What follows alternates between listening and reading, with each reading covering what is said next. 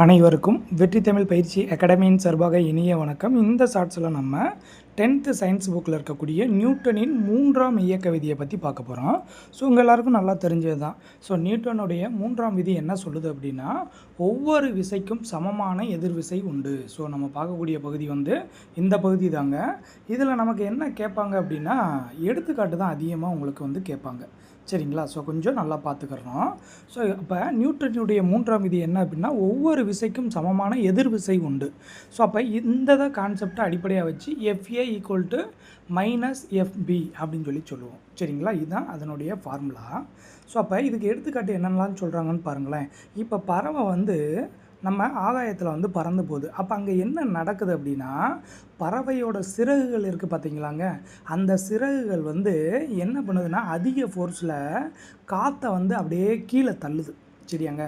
So பறவை move ஆகி போய்கிட்டு இருக்கு ஆகாயத்தில். அப்படி போகும்போது அதனுடைய சிறகுகள் காற்றை கீழ் நோக்கி தள்ளுது. அப்போ அந்த காற்று என்ன பண்ணுது அப்படின்னா, அதுக்கு ஏற்றாற் போல் என்ன பண்ணுது, அந்த விசைக்கு சமமான விசையை, அதாவது எதிர் திசையில் என்ன பண்ணுது, அந்த பறவையை தள்ளுது. புரியுதுங்களா? ஸோ அப்போ பறவை என்ன பண்ணிக்கிட்டே இருக்குது, அப்படியே உயர உயர உயர பறந்து போய்கிட்டே இருக்குது. சரிங்களா? இது எதுக்கு எடுத்துக்காட்டு அப்படின்னா, நியூட்டனுடைய மூன்றாம் விதிக்கு எடுத்துக்காட்டு. அடுத்தது இன்னும் நமக்கு சிம்பிளாக சொல்லணும் அப்படின்னா, மூன்று விதமான எடுத்துக்காட்டுகள் சொல்லியிருக்காங்க. ஒரு நீச்சல் வீரர் இருக்கார். இப்போ நம்மளே போய் கிணத்துல நீச்சல் அடிக்கிறோம். அப்படி நீச்சல் அடிக்கும்போது என்ன பண்ணுறோம் அப்படின்னா, நீரை நம்ம தள்ளி விட்டுக்கிட்டே போகிறோம். சரிங்களா? அப்போ நீர் என்ன பண்ணுது அப்படின்னா, எவ்வளோ ஃபோர்ஸில் நீரை நம்ம வெளியே தள்ளுறோமோ அதே ஃபோர்ஸில் அந்த நீர் நம்மளை முன்னோக்கி தள்ளுது. புரியுதுங்களா? இது நியூட்டனின் மூன்றாம் விதி. அடுத்தது பாருங்கள், துப்பாக்கி சுடுதல்.